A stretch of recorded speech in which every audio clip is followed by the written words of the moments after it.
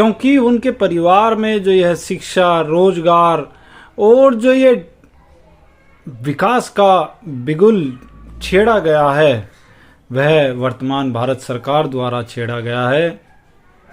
उन लोगों को गरीबी की दलदल में से निकालने का कार्य भारत सरकार, वर्तमान भारत सरकार कर रही है, जिसे देख करके कुछ लोगों को यह बात हजम नहीं हो रही है।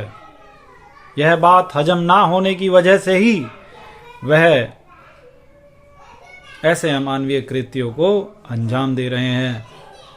देखिए, भारत देश के समक्ष वर्तमान समय में बहुत सारी समस्याएं हैं।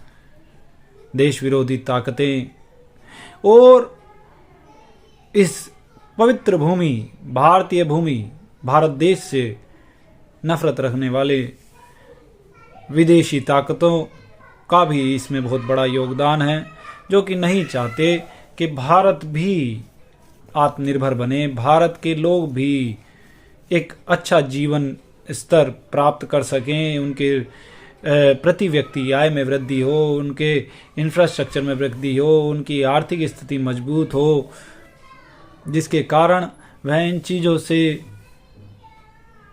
परेशान होकर के और भारत की विकास की तरक्की से जल करके ऐसे कृत्य करते हैं। मैं तो उन सभी लोगों से यह आग्रह करूंगा कि आप इस हिंसा के मार्ग को छोड़ करके आत्मसमर्पण कर दें और देश में शांति, प्यार और भाईचारे से रहें। जो यह मार्ग आपने अपना रखा है, इसने आपको, आपकी भाषा में कहें, फरिश्ता नहीं, देवता नहीं, दानव और दैत्य बना रखा है, राक्षस बना रखा है। यह बहुत ही गलत बात है। यह एक ऐसा मानवीय कृत्य है जिसको कानून के हिसाब से देखा जाए तो ऐसे लोगों को न्यायालय भी मौत की सजा ही सुनाता है, क्योंकि यह किसी दूसरे का जीवन छीनने का अधिकार किसी को भी नहीं है। और यह मानव जीवन छीनने का जो प्रयास किया गया है, यह पूर्णतः गलत किया गया है, पूर्ण रूप से गलत है। विश्व के किसी भी मानव का जीवन छीनने का अधिकार किसी भी मानव को नहीं है। दोस्तों, आतंकवाद का कोई मजहब नहीं होता, उसका कोई धर्म नहीं होता। यह बात समझ लेनी चाहिए विश्व के प्रत्येक धर्म को, प्रत्येक जाति को और विश्व के हर एक मानव को। यदि आपको लगता है कि आतंकवाद का कोई मजहब या धर्म होता है तो आप बहुत बड़ी भूल कर रहे हैं।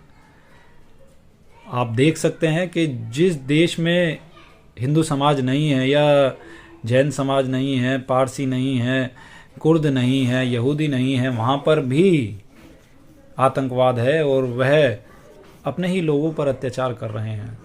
तो आप यह समझिए, आतंकवाद का कोई मजहब नहीं होता। और जो भी यह घटना पहलगाम में हुई है, यह जो अमानवीय कृत्य हुआ है, हम उसकी अपने इस चैनल के माध्यम से घोर निंदा करते हैं। यह बहुत गलत हुआ है और भारत सरकार से आग्रह करते हैं उचित कार्यवाही करें और दोषियों को उनके उचित स्थान तक पहुंचाया जाए। साथ ही साथ मैं उन भावी मानवों से यह आग्रह और विनती करूंगा जो कि भविष्य में ऐसे कार्य करने की सोचते हैं। मैं उनसे यह आग्रह करूंगा कि आप मुख्य धारा में आइए और अपने जीवन को, देखिए, एक आदर्श जीवन बनाइए। यह बहुत ही गलत है। यदि आप भविष्य में ऐसे कार्य करेंगे, वर्तमान में जो हुआ उसका तो जो प्रतिक्रिया भारत सरकार को देनी है वो देगी, जो भी कार्य करने हैं, जो भी जवाबी कार्यवाही करनी है वो भारत सरकार करेगी। लेकिन भविष्य में यदि आप अपने आप में सुधार नहीं करेंगे तो यह समस्या और ज़्यादा बढ़ेगी और जवाबी प्रतिक्रिया लगातार आपको मिलती रहेगी।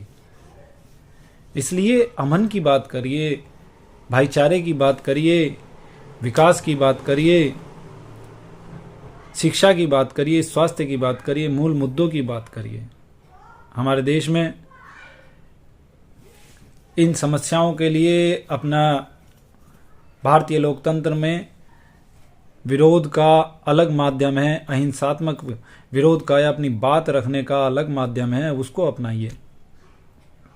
और आप यह अमानवीय कृत्य करना बंद करिए, क्योंकि यदि आप इंसानियत, जो कि विश्व का सबसे बड़ा धर्म है और हर धर्म इंसानियत के धर्म को सबसे बड़ा धर्म मानता है, उसके आधार पर भी यही सोचेंगे तो आपने केवल और केवल अपने भाई बंधुओं को ही मौत के घाट उतारा है।